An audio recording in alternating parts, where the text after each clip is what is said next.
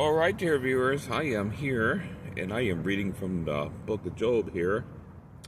So I'm finishing up Job and I'm in my Shelbyville Bible, a Bible and Literature Missionary Foundation printing here from Shelbyville, Tennessee. And I'm going to get into this reading here of God's precious word.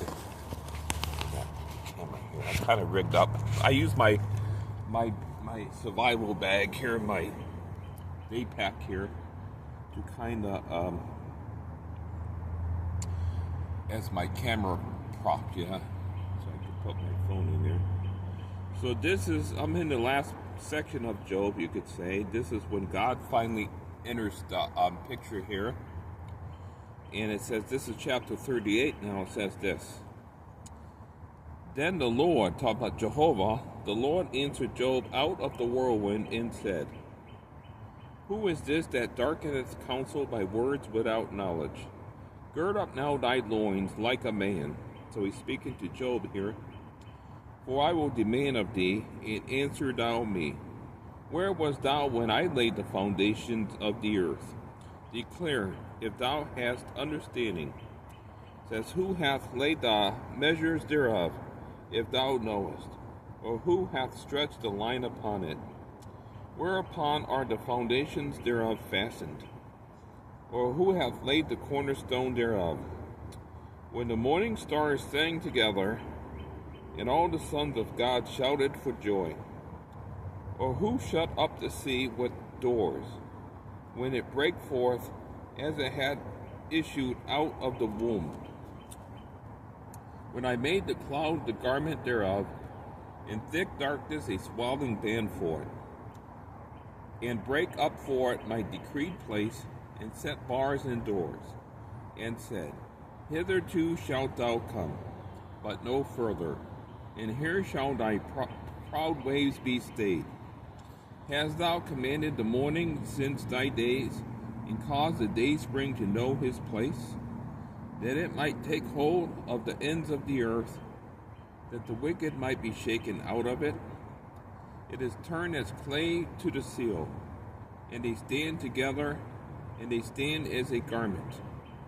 And from the wicked their light is withholden, and the high arm shall be broken. Hast thou entered into the springs of the sea, or hast thou walked in the search of the depth? Have the gates of death been opened unto thee? Or hast thou seen the doors of the shadow of death? Hast thou perceived the breadth of the earth? Declare if thou knowest it all. Where is the way where light dwelleth?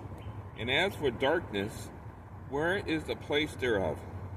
That thou shouldest take it to the bound thereof, and that thou shouldest know the paths to the house thereof. Knowest thou it, because thou wast then born, or because the number of thy days is great? Hast thou entered into the treasuries of the treasures of the snow, or hast thou seen the treasures of the hail, which I have reserved against the time of trouble, against the day of battle and war? By what way is the light parted, which scattereth the east wind upon the earth? Who hath divided a watercourse for the overflowing of waters, or a way for the lightning of thunder, to cause it to rain on the earth, where no man is, on the wilderness wherein there is no man, to satisfy the desolate and waste ground, and to cause the bud of the tender herb to spring forth? Hath the rain a father? Or who hath begotten the drops of dew? Out of whose womb came the ice? In the hoary frost of heaven, who hath gendered it? The waters are hid as with a stone, and the face of the deep is frozen. Canst thou bind the sweet influences of Pleiades, or loose the bands of Orion? Canst thou bring forth Mazzaroth in his season? Or canst thou guide Arcturus with his sons? Knowest thou the ordinances of heaven? Canst thou set the dominion thereof in the earth? Canst thou lift up thy voice to the clouds, that abundance of waters may cover thee? Canst thou send lightnings, that they may go and say unto thee, Here we are? Who hath put wisdom in the inward parts? Or who hath given understanding to the heart? Who can number the clouds in wisdom? Or who can stay the bottles of heaven? When the dust groweth into hardness, and the clods cleave fast together, wilt thou hunt the prey for the lion, or fill the appetite of the young lions, when they crouch in their dens, and abide in the covert to lie in wait? Who provided for the raven his food? When his young ones cry unto God, they wonder for lack of meat. Knowest thou the time when the wild goats of the rock bring forth? Or canst thou mark when the hinds do calve? Canst thou number the months that they fulfill? Or knowest thou the time that they bring forth? They bow themselves, they bring forth their young ones, they cast out their sorrows. Their young ones are in good liking, they grow up like corn. They go forth and return not unto them. Who hath sent out the wild ass free? Or who hath loosed the bands of the wild ass? Whose house I have made the wilderness, and the barren land his dwellings. He scorneth the multitude of the city, neither regardeth he the crying of the driver. The range of the mountains is his pasture, and he searcheth after every green thing. Will the unicorn be willing to serve thee, or abide by thy crib? Canst thou bind the unicorn with his band in the furrow? Or will he harrow the valleys after thee? Wilt thou trust him, because his strength is great? Or wilt thou leave thy labor to him? Wilt thou believe him, that he will bring home thy seed, and gather it into thy barn? Gavest thou the goodly wings unto the peacocks, or wings and feathers unto the ostrich, which leaveth her eggs in the earth, and warmeth them in the dust, and forgetteth that the foot may crush them, or that the wild beast may break them? She is hardened against her young ones, as though they were not hers. Her labor is in vain without fear, because God hath deprived her of wisdom, neither hath he imparted to her understanding. What time she lifteth up herself on high, she scorneth the horse and his rider. Hast thou given the horse strength? Hast thou clothed his neck with thunder? Canst thou make him afraid as a grasshopper? The glory of his nostrils is terrible. He paweth in the valley, and rejoiceth in his strength. He goeth on to meet the armed men. He mocketh at fear, and is not affrighted, neither turneth he back from the sword. The quiver rattleth against him, and the glittering spear and the shield. He swallowed the ground with fierceness and rage. Neither believeth he that it is the sound of the trumpet. He saith among the trumpets, Ha, ha! And he smelleth the battle afar off, the thunder of the captains and the shouting. Doth the hawk fly by thy wisdom, and stretch her wings toward the south? Doth the eagle mount up at thy command, and make her nest on high? She dwelleth and abideth on the rock, upon the crag of the rock and the strong place. From thence she seeketh the prey, and her eyes behold afar off. Her young ones also suck up blood, and where the slain are, there is she. Moreover, the Lord answered Job and said, Shall he that contendeth with the Almighty instruct him? He that reproveth God, let him answer it. Then Job answered the Lord and said, Behold, I am vile. What shall I answer thee? I will lay mine hand upon my mouth. Once have I spoken, but I will not answer. Yea, twice, but I will proceed no further. Then answered the Lord, and Lord's in all caps, I was talking about Jehovah. Then answered the Lord unto Job out of the whirlwind, and said, Gird up thy loins now like a man. I will demand of thee, and declare thou unto me. Wilt thou also disannul my judgment? Wilt thou condemn me, that thou mayest be righteous? Hast thou an arm like God? Or canst thou thunder with a voice like him? Deck thyself now with majesty and excellency, and array thyself with glory and beauty. Canst thou, it says, cast abroad the rage of thy wrath, and behold every one that is proud, and abase him. I like this verse 11 says, cast abroad the rage of thy wrath, and behold every one that is proud, and abase him. Look on every one that is proud, and bring him low, and tread down the wicked in their place. Hide them in the dust together, and bind their faces in secret. Then will I also confess unto thee that thine own right hand can save thee. Behold now, Behemoth, which I made with thee. He eateth grass as an ox. Lo now, his strength is in his loins, and his force is in the navel of his belly. He moveth his tail like a cedar. The sinews of his stones are wrapped together. His bones are as strong pieces of brass. His bones are like bars of iron. He is the chief of the ways of God. He that made him can make his sword to approach unto him. Surely the mountains bring him forth food, where all the beasts of the field play. He lieth under the shady trees, in the covert of the reed and fens. The shady trees cover him with their shadow. The willows of the brook compass him about. Behold, he drinketh up a river, and hasteth not.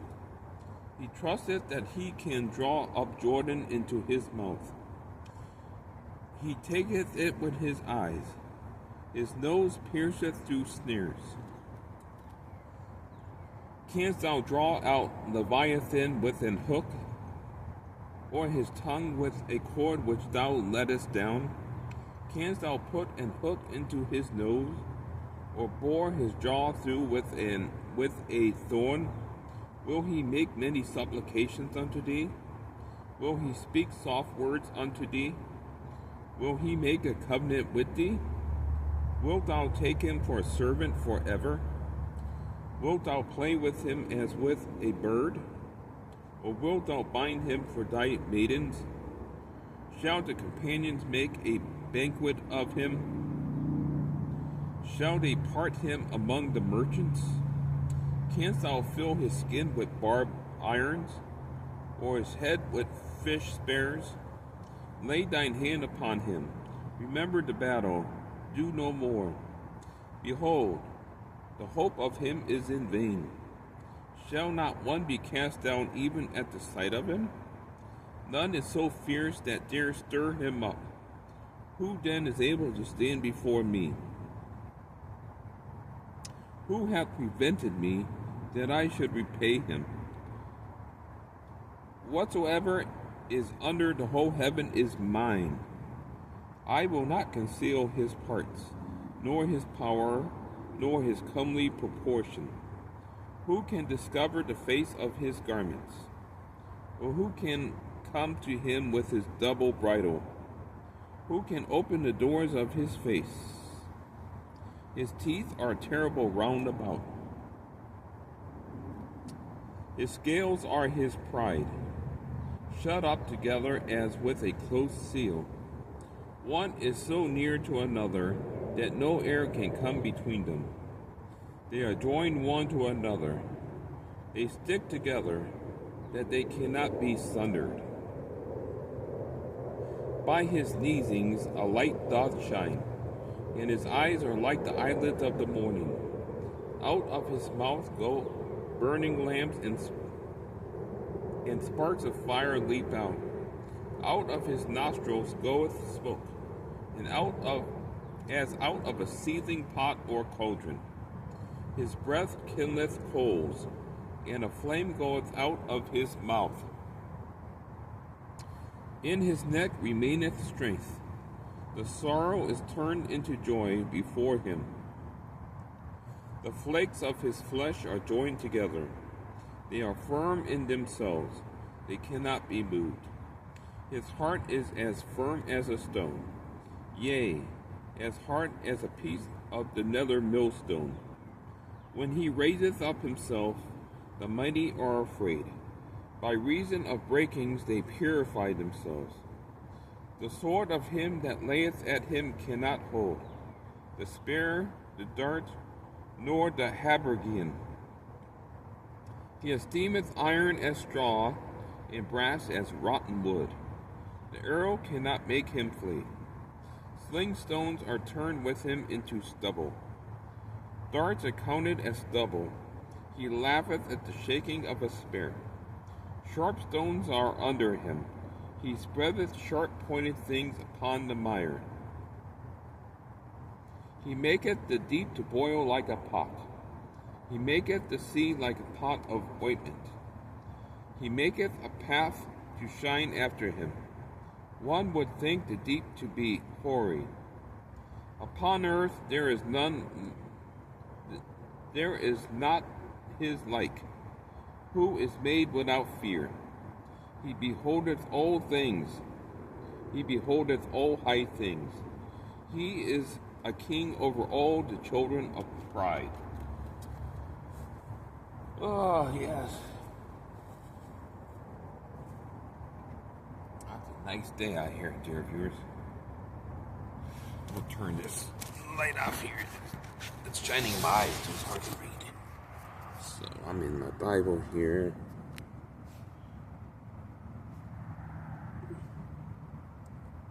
So let's see if we could, now I can read without the light in my face here. Okay, so let's continue here. This is in Job here. In chapter 42 says, Then Job answered the Lord, and Lord's in all caps. Let's talk about Jehovah here. That's God's name, Jehovah. And said, I know that thou canst do everything, and that no thought can be withholden from thee. Who is he that hideth counsel? Says, without knowledge. Therefore have I uttered that I understood not. Things too wonderful for me, which I knew not. Hear, I beseech thee, and I will speak. I will demand of thee, and declare thou unto me. I have heard of thee by the hearing of the ear, but now mine eye seeth thee. Wherefore I abhor myself, and repent in dust and ashes. Wow. And it was so, that after the Lord had spoken these words unto Job, the Lord said to Eliphaz the Temanite, My wrath is kindled against thee, and against thy two friends, for ye have not spoken of me the thing that is right, as my servant Job hath. It's amazing how God called Job his servant there. Because Job was a righteous man. That was, that Satan came to challenge the Lord about Job, and said, does Job serve God for nothing? Put a hedge, didn't you put a hedge about all that he hath? And all that. Verse 8 says, this is chapter 42 of the book of Job. Therefore take unto you now 7 bullocks and 7 rams, and go to my servant Job. So this is God telling his friends this, his miserable comforter friends, and offer up for yourselves a burnt offering. And my servant Job shall pray for you. For him will I accept, lest I deal with you after your folly. and that ye have not spoken of me the thing which is right, like my servant Job. Now Eliphaz the Temanite, and Bildad the Shuhite, and Zophar the Naamathite went and did according as the Lord commanded them, and the Lord also accepted Job. And the Lord turned the captivity of Job when he prayed for his friends. Also the Lord gave Job twice as much as he had before. Then came there unto him all his brethren, and all his sisters, and all they that had been of his acquaintance before, and did eat bread with him in his house. And they bemoaned him, and comforted him over all the evil that the Lord had brought upon him. Every man also gave him a piece of money, and every one an earring of gold. So the Lord blessed the latter end of Job more than his beginning, for he had 14,000 sheep, and 6,000 camels, and 1,000 yoke of oxen, and 1,000 she-asses. He also had 7 sons and 3 daughters.